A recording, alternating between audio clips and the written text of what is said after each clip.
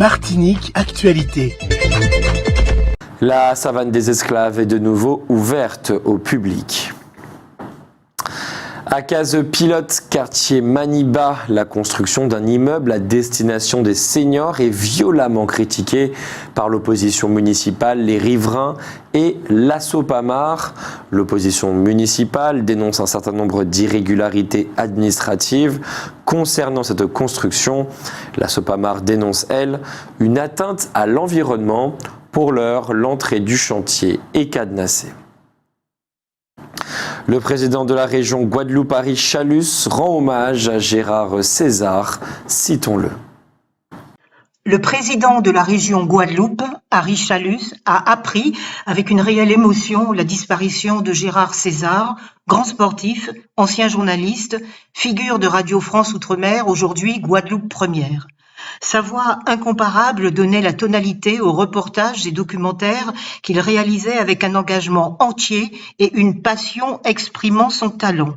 De la Caraïbe au pays du Pacifique Sud, l'homme de terrain aura parcouru le monde en mettant au cœur de sa quête de l'information l'humain, le sport et la musique. La nouvelle génération aura su trouver en lui un mentor à travers une riche expérience mise au service de son pays. Au nom des élus régionaux, le président Chalus exprime ses sincères condoléances à sa famille, ses proches et plus singulièrement au monde du journalisme. Après 11 jours, la grève des pilotes continue à Air Antilles. Le personnel au sol dit son inquiétude puisque la direction de l'entreprise menace d'arrêter l'activité. Dans le cadre du projet 490, l'association La Station Culturelle, en partenariat avec le Conservatoire du Littoral, le Parc naturel marin de Martinique et le BRGM Martinique, lance un appel à candidature pour une résidence de 3 artistes en septembre 2023. La Biennale d'art contemporain de la Martinique va se dérouler dans notre pays d'octobre à décembre prochain. Portée par la collectivité territoriale de Martinique avec des partenaires du monde de l'art et du monde économique, notamment touristique caraïbéen, la Biennale d'art contemporain de Martinique propose toute cette année 2023 des actions de coopération culturelle à Bequia, Aruba et à la Guadeloupe, en amont de la Biennale proprement dite qui se déroulera en Martinique d'octobre à décembre 2023. Le financement de cette biennale est en partie assuré par le Fonds européen Intérêt Caraïbes. Le thème de cette manifestation, c'est la plénitude du vivant. L'inauguration du premier parcours santé-bien-être a eu lieu ce matin au Gros Morne. La grande pauvreté frappe plus de 10% de la population vivant en Guadeloupe, en Martinique et à La Réunion et près de 30% des Guyanais contre 2% des habitants de l'Hexagone. Quant à Mayotte, c'est carrément 75% de la population qui vit dans la grande pauvreté. Cela signifie moins de 340 € par mois en Guyane, 500 € en Guadeloupe, Martinique et à La Réunion. En 2022, on l'a dit, 772 quassas ont été détectés entre les Comores et Mayotte. C'est 90 de moins que l'année précédente. 571 ont été interceptés. En ce qui concerne les passagers des quassas, 8003 ont été interpellés en 2022. On notera que concernant l'immigration clandestine, les 3/4 des interpellations se font à terre, soit 22 830 en 2022, quasiment équivalent que pour 2021, mais beaucoup moins qu'en 2019, où 25 332 étrangers en situation irrégulière avaient été interpellés. 25 380 immigrés en situation irrégulière ont été reconduits à la frontière. Ces hommes et ces femmes sont majoritairement venus d'Anjouan, mais il y avait également 503 Malgaches, 7 Sri Lankais, un Bangladais, un Congolais, un Mauricien. On notera qu'entre Mayotte et les Comores, il n'y a pas seulement un trafic d'êtres humains, 32 220 cartouches de cigarettes de contrebande ont été saisies et détruites pour une valeur de 2 millions d'euros, ainsi que 563 kilos de bangui. Le bangui, c'est de la résine de cannabis. Les autorités ont démantelé 11 filières de passeurs, 6 réseaux de falsification de cartes d'identité ou de titres de séjour, 5 structures mafieuses d'acheminement maritime d'étrangers en situation irrégulière.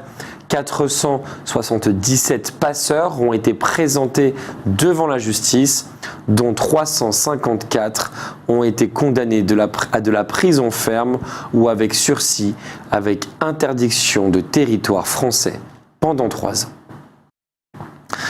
La ville du Lorrain met en place une permanence d'information et de consultation juridique sur le surendettement assuré par le Conseil départemental de l'accès au droit, le CDAD, jeudi, le 27 juillet de 8h30 à 12h30 à la maison France Service. Il sera répondu à toutes les questions que vous poserez concernant le surendettement ou simplement le remboursement des dettes. En Martinique, on compte environ 11 000 personnes atteintes du cancer. C'est en moyenne moins qu'en France. 34% de moins chez les femmes, 15% de moins chez les hommes.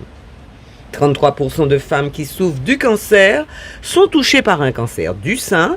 Chez les hommes, c'est la prostate qui est le plus concernée. L'Agence régionale de santé signale que, citons-la, les relations entre la nutrition et le risque de cancer ont été étudiées.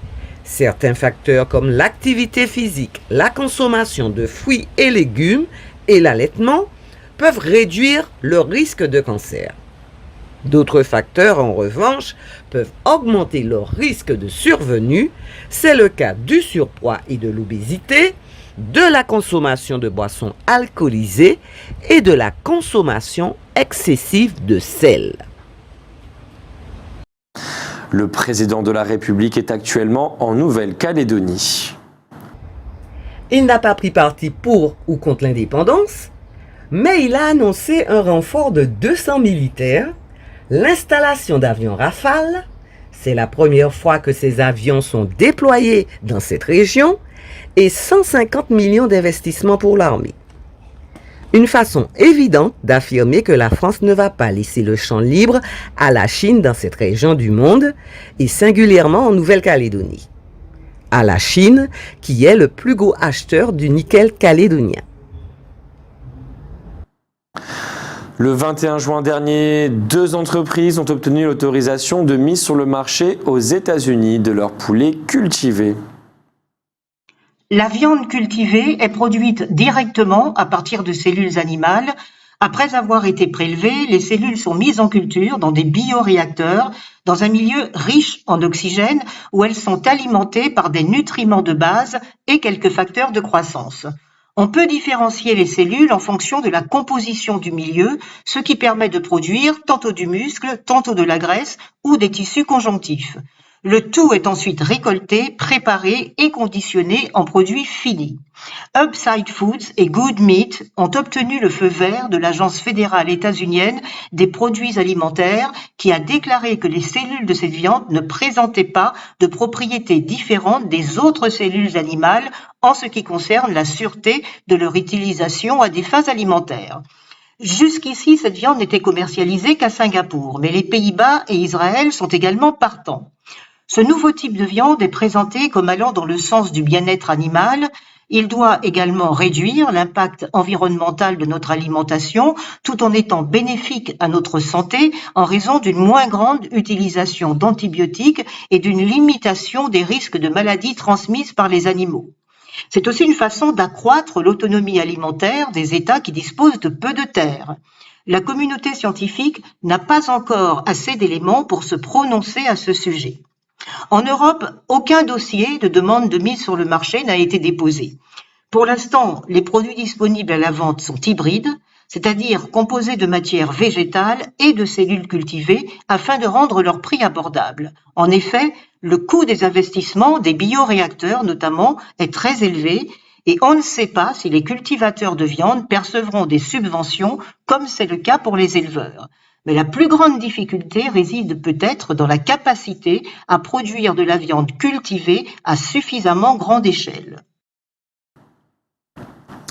Dans le cadre de la Journée internationale des mangroves, l'Office de l'eau, l'ODE Martinique, en partenariat avec la Caisse des écoles du Robert et la ville du Robert, organise un forum Lodez-vous spécial mangrove le mardi 25 juillet à 17h30 à l'école primaire Édouard de Lépine au Robert. La ville du Robert et l'Office de l'eau nous ont fait parvenir le communiqué suivant. La journée internationale pour la conservation de l'écosystème des mangroves est célébrée chaque année le 26 juillet.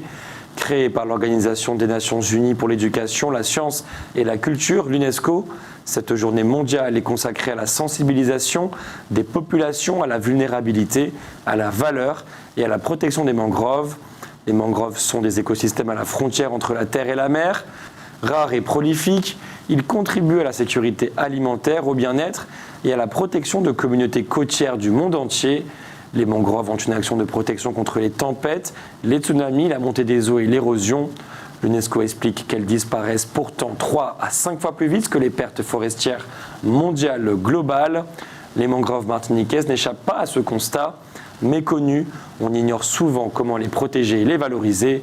À cette occasion, l'ODE et ses partenaires, la Caisse des écoles du Robert et la ville du Robert, le Parc naturel régional de la Martinique et le Conservatoire du littoral ont choisi d'apporter des réponses pratiques à la population lors d'un forum ouvert à tous. Des ateliers de sensibilisation destinés aux enfants dès l'âge de 4 ans seront proposés durant les temps d'échange. Pour rappel, depuis 2018, l'ODE propose un rendez-vous avec des forums LOD et vous dans les communes de la Martinique. Ce forum se veut être un espace permettant d'améliorer la connaissance en matière de préservation des ressources en eau et des milieux aquatiques dans les territoires. Il favorise également un dialogue direct avec la population autour de ces questions cruciales pour son environnement.